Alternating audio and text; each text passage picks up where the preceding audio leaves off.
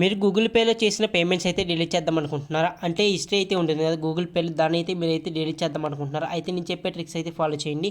చాలా సింపుల్గా అయితే మీరైతే డిలీట్ చేయొచ్చు. ముందుగా అయితే గూగుల్ పే యాప్ అయితే ఓపెన్ చేసిన తర్వాత పైన అయితే మీ యొక్క లోగో అయితే ఉంటుంది. దాని మీద క్లిక్ చేయండి. క్లిక్ చేసిన తర్వాత సెట్టింగ్స్ అయితే ఉంటుంది. దాని మీద క్లిక్ చేయండి. ఆ తర్వాత ప్రైవసీ అండ్ సెక్యూరిటీ అయితే ఉంటుందన్నమాట. దాని మీద క్లిక్ చేయండి. ఆ తర్వాత టాప్లో చూసుకున్నట్లయితే డేటా అంటే పర్సనలైజేషన్ అయితే ఉంటుంది. దాని మీద క్లిక్ చేయండి. క్లిక్ చేసిన తర్వాత ఎక్కడైతే గూగుల్ అకౌంట్ అయితే ఉందో దాని మీద క్లిక్ చేయండి. క్లిక్ చేసిన తర్వాత కొన్ని పర్మిషన్స్ అయితే అడిగిద్ది అనమాట. అంటే వెరిఫికేషన్ అయితే దాన్ని అయితే మీరైతే చేసేయండి.